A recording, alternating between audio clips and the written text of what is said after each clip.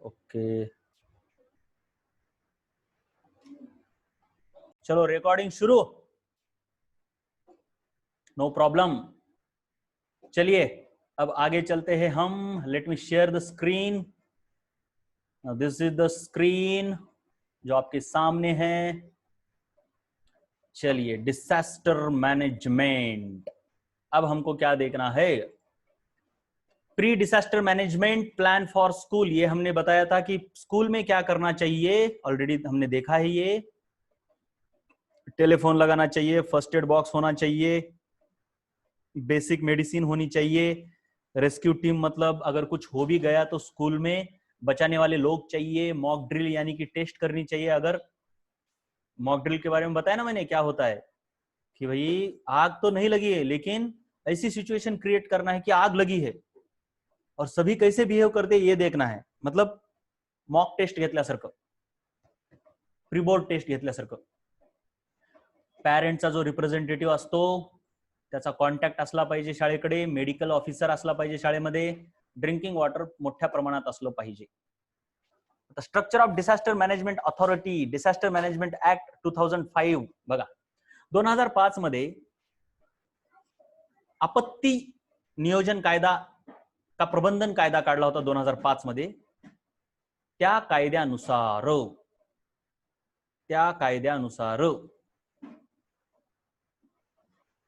Disaster management authority ची स्थापना झाली. तर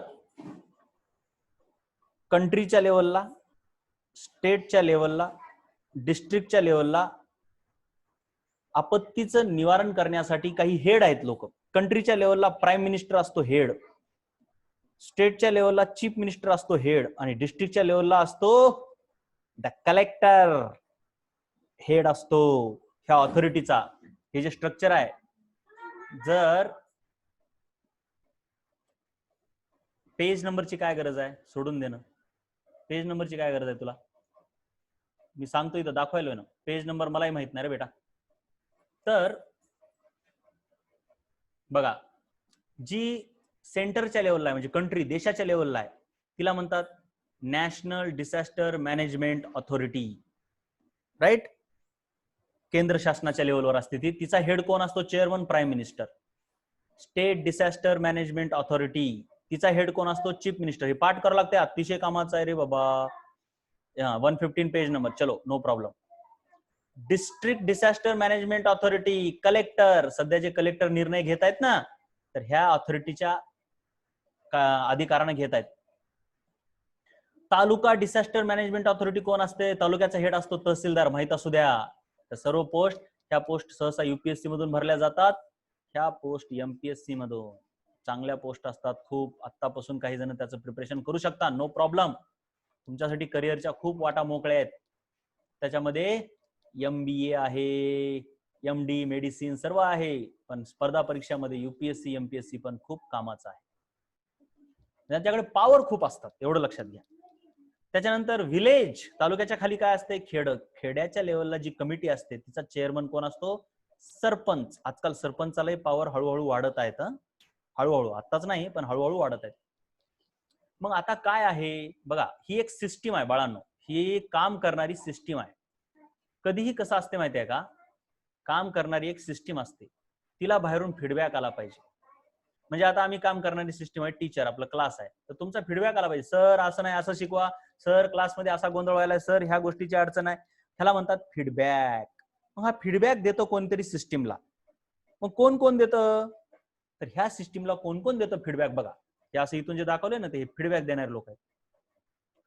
ऑर्गनायझेशन प्रोव्हाइडिंग प्रिकॉशनरी वॉर्निंग. भारतामध्ये वेगवेगळे ऑर्गनायझेशन असतात, वेगवेगळे सायंटिस्ट लोक असतात. ते सांगतात की नाही बघा, ह्या वर्षी पाऊस खूप जास्त पडू शकतो, सरकारनं काळजी घ्यायला पाहिजे, पूर येऊ शकतो, काळजी घ्या, असं सरकार सांगतंय. राईट? राईट? ओके.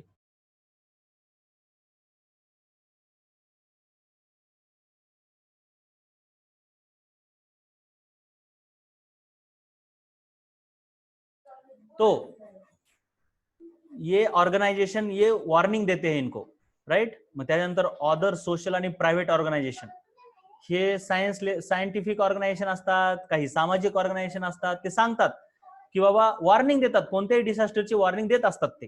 जसे की कोरोनाची वॉर्निंग वेगवेगळ्या सायंटिस्टनं दिली. ठीक आहे. तसंच आता ही सिस्टीम काय करते माहिती आहे का, अशी फीडबॅक घेते आणि मग फीडबॅक घेऊन त्याच्यावर काम करते आणि बाहेर त्याचा इफेक्ट टाकते. म्हणजे काय, त्याच्यात सुधारणा करते, लगेच ऍक्शन घ्यायला सुरू करते. सो साधी गोष्ट आहे. सिस्टीम, तिला आला फीडबॅक आणि फीडबॅक सिस्टीमनं वाचला आणि त्याच्यावर सिस्टीमनं ऍक्शन घेतली, झालं. मग ह्या फीडबॅक मधून हे बघा, system involved in actual rescue and rehabilitation work, हे आहे सिस्टीमचं काम. आणि जनरल पब्लिक जी आहे ती ह्या व्हिलेज लेवलच्या, म्हणजे गावामध्ये कोण सांगतंय, गावातले लोक. तिथं काही वेगवेगळे ऑर्गनायझेशन नसतात, गावातले लोकच सांगतात, अरे बाबा इथं इथं असं झालंय, पूर आलाय, सरपंचाला सांगतंय. ठीक आहे. म्हणजे तुम्हाला एक लक्षात द्या, ही पूर्ण मोठी सिस्टीम असते, याला फीडबॅक देणारे बरेच लोक असतात. ही सिस्टीम आहे आणि सिस्टीम मग नंतर ऍक्शन घेते. रिहॅबिलिटेशन असेल, बचावाचं कार्य असेल, तर सिस्टीम मध्ये कोण कोण आहे, नॅशनल लेवलची ऑथॉरिटी, स्टेट लेवलची ऑथॉरिटी, डिस्ट्रिक्ट लेवलची ऑथॉरिटी आणि विलेज लेवलची ऑथॉरिटी. नॅशनल लेवलला कोण आहे हेड, प्राईम मिनिस्टर. स्टेट लेवलला कोण आहे, चीफ मिनिस्टर. डिस्ट्रिक्ट लेवलला कोण आहे, डिस्ट्रिक्ट मॅजिस्ट्रेट म्हणतात ह्याला, किंवा कलेक्टर. आणि विलेज लेवलला कोण आहे हेड, सरपंच. त्यांना फीडबॅक देणारे कोण कोण आहेत, वेगवेगळे ऑर्गनायझेशन किंवा जनरल पब्लिक. आणि मग इकडे ही ऍक्शन कोण घेत आहे, जी कोणती टीम आहे, मिलिटरी असेल, पोलीस असेल, ते काम करतात. ठीक आहे. मग आता त्याच्यानंतर district management authority.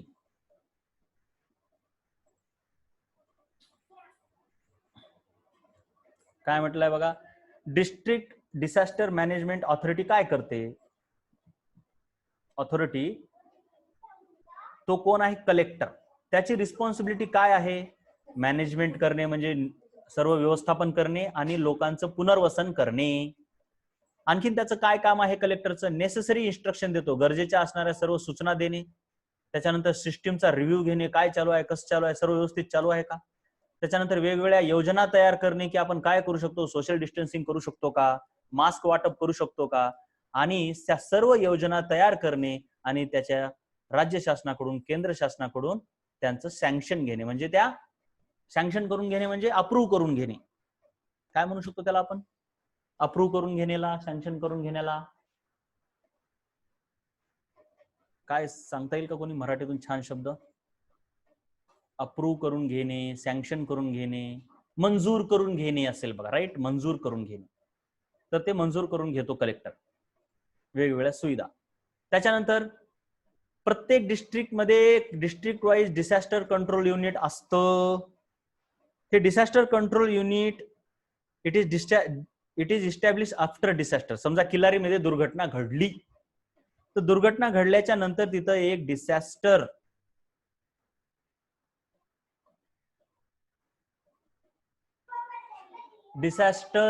Control unit स्थापन केलं जाते, राईट. त्याच्यानंतर मग हे डिझास्टर कंट्रोल युनिटचं काय काम आहे, पण ते डिझास्टर घडून गेल्यावर स्थापन करतात बरं काय.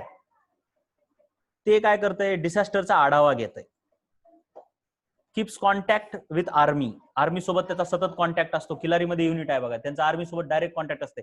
जरा काही दिसलं की लगेच आर्मीला बोलवतात. एअरफोर्स सोबत कॉन्टॅक्ट असतो. टेलिकम्युनिकेशन, पॅरामिलिटरी फोर्सेस म्हणजे बीएसएफ वगैरे आहेत ना, त्यांच्यासोबत कॉन्टॅक्ट असतो. व्हॉलंटरी ऑर्गनायझेशन सोबत त्याचा कॉन्टॅक्ट असतो. म्हणजे जरा काही वाटलं लगेच व्हॉलंटरी ऑर्गनायझेशनला, पॅरामिलिटरी फोर्सेसला फोन करणे, या आम्हाला आता मदत करायला, राईट. हे झालं आता डिझास्टर मॅनेजमेंट ऑथॉरिटी. त्याच्यानंतर पुढे काय आहे, एनडीआरएफ. बेटा हे महत्वाचं. एनडीआरएफ काय म्हणते बघा, तर बघा जरा नीट लक्ष द्या.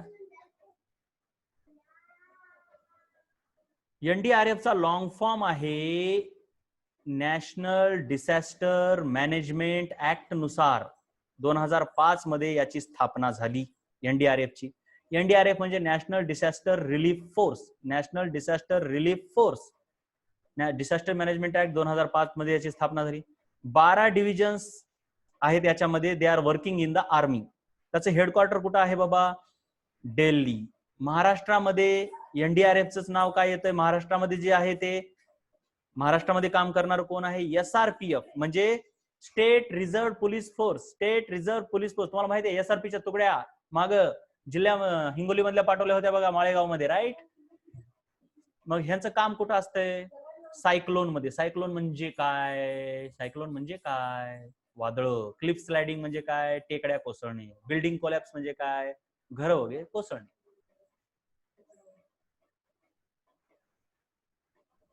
हा response force. Okay, response force. Response force, sorry, relief force नाहीये, रिस्पॉन्स फोर्स आहे. National disaster response force. Response देणारा force. Okay. First aid and emergency action. First aid म्हणजे काय बाबा? मेडिकल ट्रीटमेंट करण्याच्या अगोदर, म्हणजे दवाखान्यात नेऊन ऑपरेशन वगैरे करण्याच्या अगोदर जी प्रायमरी हेल्प दिली जाते, पट्टी फिट्टी बांधून, फुल मेडिकल हेल्पच्या अगोदर दिली जाणारी प्रायमरी हेल्प, त्याला म्हणतात फर्स्ट एड. जो इंज्युअर्ड आहे पर्सन, त्याला आपण आरामात ठेवलं पाहिजे, एकदम विश्रांतीमध्ये ठेवलं पाहिजे फर्स्ट एड मध्ये. डिफरंट डिझास्टर मध्ये, वेगवेगळ्या दुर्घटनेमध्ये डिफरंट फर्स्ट एड असतात. प्रत्येक ठिकाणी एकच लागू होत नाही. साप चावला वेगळं, त्याच्यानंतर वरून पडला गच्चीवरून ते वेगळं. फर्स्ट एड वेगवेगळी असते. आग लागली वेगळी फर्स्ट एड. हे सिम्बॉल लक्षात ठेवा. हे फ्लेमेबल लिक्विड म्हणजे ज्वलनशील लिक्विड, द्रव. हे ज्वलनशील गॅस आणि हे एक्सप्लोजिव्ह, ह्या तिघांसाठी वेगवेगळे सिम्बॉल आहेत. ते सिम्बॉल पाठ करावे लागतात. मग फर्स्ट एडला प्रथमोपचार म्हणतात. Very good, very good, very good. काय म्हटलंय? Give reference of following pictures and explain the importance of each of those in disaster management which are other such activities. ABCD म्हटलंय. ह्यांना ऑब्झर्व करायचंय आपल्याला. आणि हे काय काय केलंय प्रत्येकामध्ये ते मी खाली लिहून दिले बघा तुम्हाला. ए मध्ये काय केलंय? Temporary stretcher is made using bamboo and blanket. इथं बघा टेम्पररी स्ट्रेचर बनवलाय बांबू आणि ब्लँकेट पासून. बी मध्ये काय केलंय?